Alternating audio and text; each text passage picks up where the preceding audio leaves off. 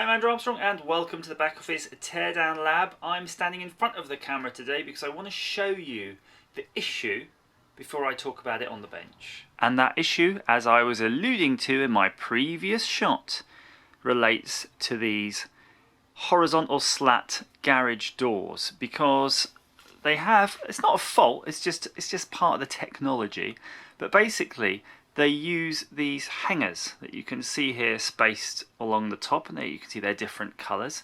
And unfortunately what happens is they're quite cheap plastic, and if the hanger shears, like the one in front of it here, it breaks here and the whole thing can shatter, because once this part shears, the clips that hold the curtain on get mashed, totally mashed. And this has happened actually a few times. I'll just show you how it works. Here's the detail. You can see you've got this clip here that just grabs onto the edge of one of the top slats, and then this hexagonal, it's actually this octagonal bar that rotates and it pulls these up. And in fact I can show you this working. Oh, it's exciting.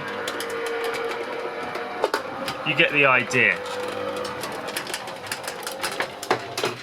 So as I mentioned, this thing shears off and then this goes to hell and then your doors stop working. Now the problem is with age, because these are quite cheap, you can see here, it's already starting to fail. And the issue is when they do fail, you'd have to take off this entire assembly. And if you've got a narrow space like me, it's a nightmare that you really don't want to, you really don't want to take this off because there's no way of sliding these on at the end. So the other solution you have, which is quite an expensive solution, are these repair ones. So these are split. So they're thinner profile. They're made of ABS and they've got a split here and they've got a nut and a bolt that goes through. And this does allow you to push them on, and they do work. But the downside is they're incredibly expensive. So a pair of these would be like around 15 quid. So you can imagine you need to repair the whole set here. That's £60 per door just to get this properly fixed. So I've decided with a computer and with one of my trusty 3D printers to solve this. Oh, this feels a lot better, doesn't it? More normal, back on the bench. I used to do a lot of videos in front of the camera, not so much anymore. Anyway, I fired up Autodesk Fusion and I have designed this, and it might not be so clear here, but I'll show you the rendered pictures first, give you an idea. It's effectively a repair clip-on bracket, quite dissimilar to the other repair bracket that you can purchase in that it's a solid chunky piece, and it's actually a bit wider too, because there's no harm making them wider and they'll be extra strong for that. And I'll just sort of highlight some of the features here. You can see you've got the 3 holes for that curtain hanger bar to go in, so you've got the rod of that thing will go through here, and then it's got the clip and it hangs on. You've got 3 different positions to allow you to sort of get that little play, and you'll say, well, why didn't you just put loads in? Because I didn't want to make it too weak, and you can always turn this around by 1/8, so you'll always find a position you need. You can always just adjust the doors. It's designed to take a hex nut in at the end, and it's got this cool shape. And then you can see on the back it's flat here, so it just butts up together. If you wanted to be a bit more fancy, you could add an interlocking feature here, so that one end it's like a step. Imagine that's cut out there, and then this would have the opposite, so they would lock in, so they wouldn't have any twist, but it's not really necessary. And it makes 3D printing hard, because remember, this is going to be a 3D printable project that anybody can print. And that's it's going to help you, because if you're like me and you've got a 3D printer and this happens, you don't want to wait for a spare part. You just go bang, knock this out. It might take a few hours to print, but you're done. So just to show you the internals, you can see those channels are just going straight through the piece, nice and simple. 5mm hole, pretty much 5mm, 6, I'd have to check. Straight through for that brass rod. You've got the hexagonal rebate here going all the way through till about 1 centimetre from the flat face. So that's giving you 2 faces. You know, they're going to be pushing together with that 1 centimetre bit of meat, because you want some meat in here. Hopefully your 3D printer will have a decent amount of infill on each side, and that'll keep them nicely compressed. So then you'll be wondering, what does it look like? when you've 3D printed such a thing? Well, I can show you what it looks like when you've 3D printed such a thing, because I've got two here, and there's a little bit of clear out because I've printed it with a 25% infill, no skirt, 0.15 millimeters layer height. So that's the height of each layer. So you can run your finger on those. I'll show you that detail. So there's your 3 holes, and you can see I've chosen 3 shells. You can see how many shells, or is it maybe even 4 thickness, to give it a lot of strength, so you can't bend that at all. And then you'll see there you've got support material, so that's why you see that filled in there, and you can see your hex thing is filled in.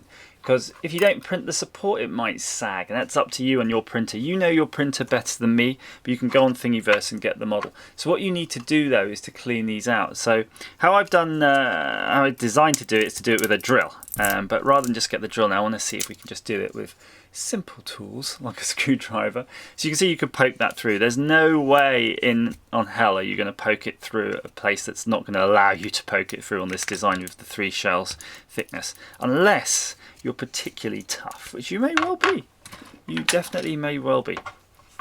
So you've got your hole through the middle there, and I'm going to just take the screwdriver. I'm pretty confident if I just get it in like that. There you go. Get it in like that and just scoop.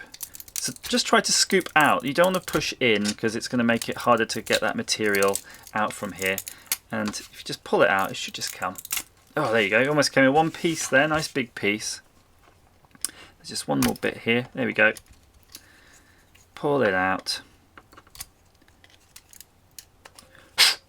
And you can see, if I zoom in, there's your hex keyway, and there's your hole in the back. So that's not too tricky, was it? That really didn't take any time. I was kind of wondering, is it going to take a long time to do this? But that wasn't too bad. We'll just have another quick go on this side. You don't need to see me do it on the other ones. I could do them off camera. And then we can try some hardware. So in terms of hardware, I have some random stuff lying about, which I'm just going to have a look at while I'm flipping these around. So it looks like I've got something called I've got some Nylox, an A2 size Nylox. And I've got something called M425 machine screws. So remember, you're going to need machine screws rather than nuts and bolts, because you're not going to be able to turn a nut in this. It has to be something with a screw thread. And I suspect you will have some sort of machine screws around if you're engineering. If not, grab some, because they're really useful, and I'll show you what I've got. They're not the most ideal kind because they're a little bit on the small side.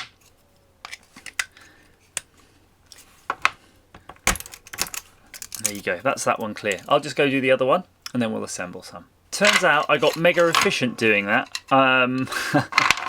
I had a play, went through. I also, while I was at it, took a couple of them and ran them on a bit of sandpaper just to see if I could get the faces to sit a bit nicer. But yeah, they fit nice and smooth. These ones were the first batch, and I sanded those. I printed them both together like that on the printer, and they seem to be a little bit twisty on the ends, but they're okay. And that one seems okay now, so yeah, they're alright, they're within spec. So these are the hardware. We've got these M4 nuts, and unfortunately they're Nylock, because Nylock can be a bit of a pain, but shouldn't be really too much of an issue.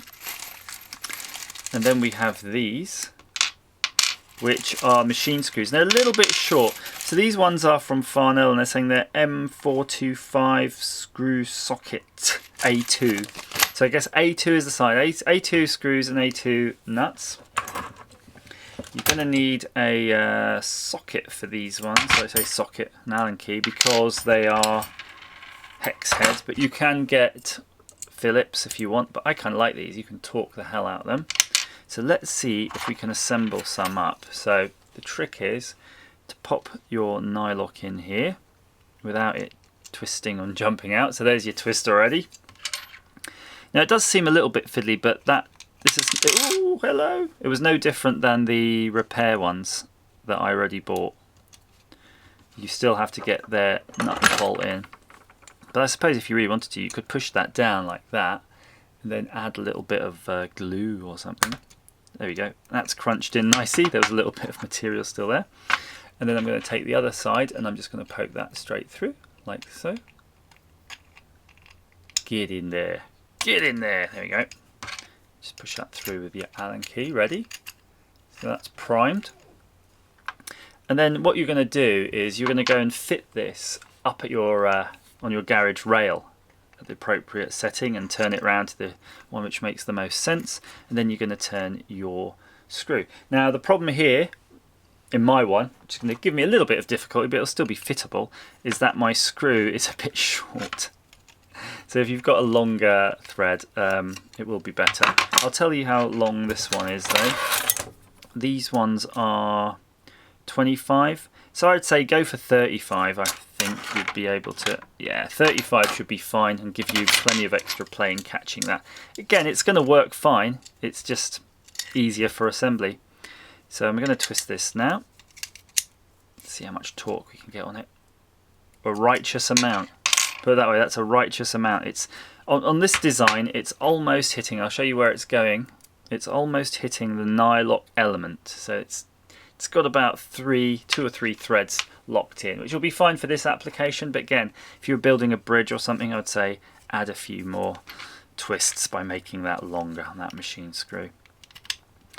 Could you use any other kind of machine screw, I'm wondering? Probably not. I think this is the best kind. I'm just going to poke that through. Waz that one on. And then you're going to have your thing complete. Again, on the bar, not on the bench. So that's how the design works. I'm going to go fit it now onto that one bar that looks crusty. And if it does a good job, I'll probably print a whole bunch of these, because if you've got those things, they are going to fail. You can just see from it. I had some that failed within 5 years, and these ones have now failed within 10 years. So eventually it's going to fail. I have a strong suspicion that these are going to be far stronger than anything that you will have bought to actually repair these. And you've got that benefit, of course, being able to retrofit them. So I'm going to retrofit them, and then let's go walkabouts with the camera. You can see I fitted it here. That's kind of what it looks like. Very robust. Even compared to the repair one, which is relatively flimsy. You can see you can actually just move these around. These things are solid, like they are locked in place totally.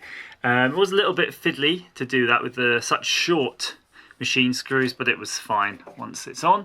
And I did check, it's almost, just can't quite see, it's almost at the nylock stage on that one. So you're asking, why have you still got that on there? Well, that one was actually not too bad. So what I did is slid it over and just put this little grub screw thing in here so it just stays there. Because I'm not stupid. If one of these other ones break and I don't have a spare in place, I can slide that along and fix something. In comparison, this is one of the ones which is failing. So I'm probably just going to leave that one there because I'm lazy, and it will just act as additional support between these, but those are the ones you are seeking to replace. So now the moment of truth. Are you ready? Let's do this.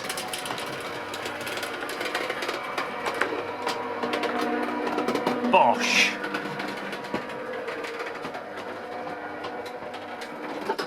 It's doing a good job. Up and down. Door goes up. Door goes down.